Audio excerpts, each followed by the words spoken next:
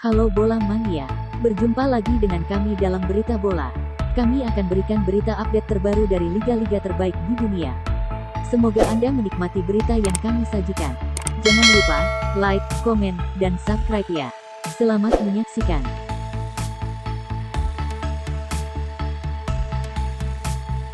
Chelsea libas tamunya di kandang. Chelsea meraih kemenangan comeback 2-1 atas West Ham United secara dramatis, ketika Kai Havertz mencetak gol kemenangan pada menit ke-88, dengan gol penyama kedudukan dari Maxwell Cornet dianulir VAR sebagai sebuah kontroversi. Pemain yang baru masuk pada menit ke-86, Cornet, mencetak gol setelah kesalahan di lini belakang untuk Chelsea. Namun gol tersebut dianulir melalui review VAR setelah Jarrod Bowen dianggap melakukan pelanggaran terhadap kiper Edouard Mendy dalam proses gol tersebut. Kedua tim mengawali pertandingan dengan lambat dan peluang asli pertama datang pada menit ke-27 ketika tembakan Christian Pulisic di blok pemain baru West Ham, Lucas Paqueta, setelah umpan silang dari Reece James dapat diteruskan ke pemain asal Amerika Serikat itu. Dari situasi tendangan sudut, Michail Antonio memanfaatkan umpan Declan Rice dengan baik dari jarak dekat dan berbuah gol.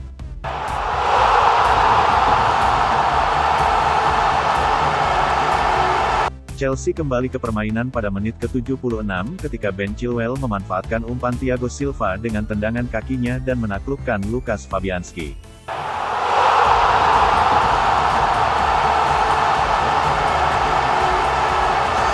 Pemain pengganti, Havertz, membawa Chelsea balik unggul 2-1 setelah memanfaatkan umpan silang dari Chilwell.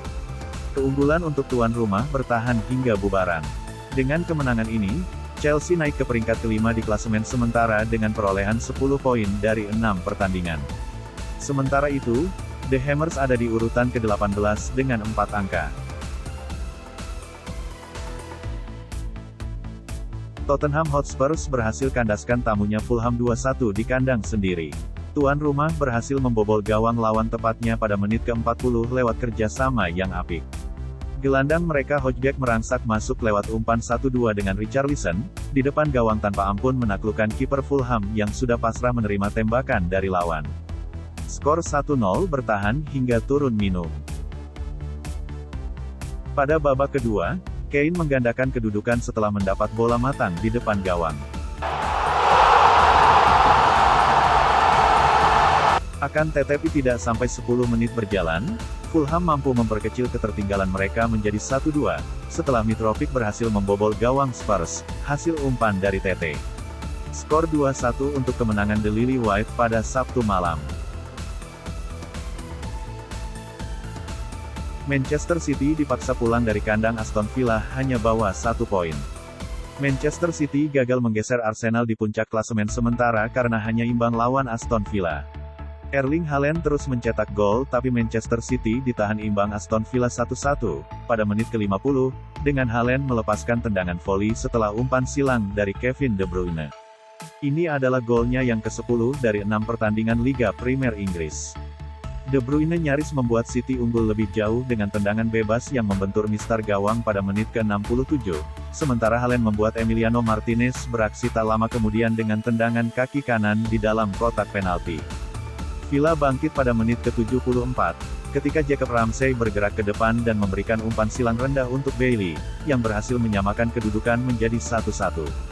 Hasil itu membuat City berada di peringkat kedua dengan 14 poin, tertinggal 1 angka dari pemuncak klasemen sementara, Arsenal, yang akan menghadapi Manchester United di Old Trafford pada Minggu malam. Momentum kebangkitan Manchester United terbentur kuatnya Arsenal musim ini. Jadwal Liga Inggris pekan ini mengetengahkan big match, yaitu Manchester United lawan Arsenal. Performa Manchester United sedang membara menyusul 3 kemenangan tanpa putus. Momentum kebangkitan skuad Erik ten Hag bakal diuji kesempurnaan Arsenal selaku pemuncak klasemen sementara Premier League dan satu-satunya tim yang memanen rekor 100% dalam 5 laga. Dalam keterangan lanjutan, ex-bos Ajax itu turut membahas calon lawannya nanti. Saya sudah melihat Arsenal, lawan yang sulit, mereka mengawali musim dengan sangat baik, dan kalian bisa lihat mereka adalah tim yang sudah lama bersama, dengan pelatih yang membawa filosofinya untuk tim. Jadi, ini akan menjadi ujian bagus dan saya sangat menantikannya. Kami akan memilih starting yang tepat, namun seperti yang kalian tahu, Ini bukan hanya sebuah tim, kami punya skuad dan juga para pemain yang masuk dari bangku cadangan yang melawan Leicester bermain dengan sangat apik sehingga saya sangat senang untuk itu. Itu adalah apa yang harus kami teruskan, tegasnya. Sedangkan Ten Hag mengatakan soal Anthony. Dia sudah menjalani latihan pertamanya sendirian. Jumat dan Sabtu kami akan menggelar sesi latihan tim. Dari situ saya akan mempertimbangkannya dan kami akan mengambil keputusan.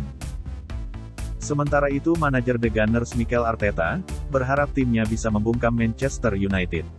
Pertandingan ini tidak akan mudah bagi Arsenal. Pasalnya, tim Setan Merah mulai mendapatkan momentum apik dalam beberapa laga terakhir.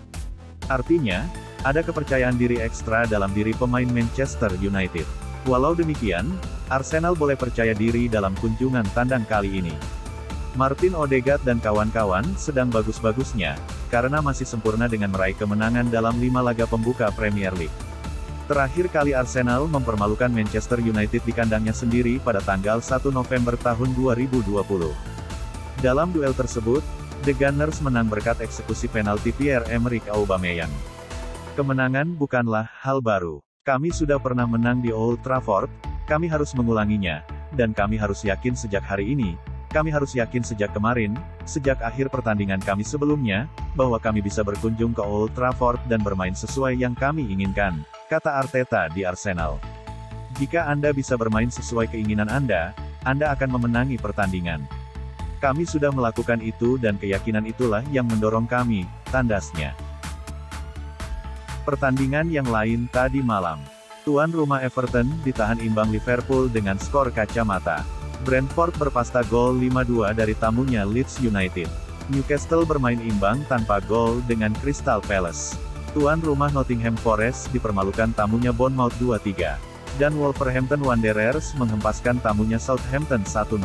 Klasemen sementara EPL. Tahta klasemen masih diduduki oleh Arsenal dengan 15 poin dan masih menyimpan 1 pertandingan yang belum dijalani.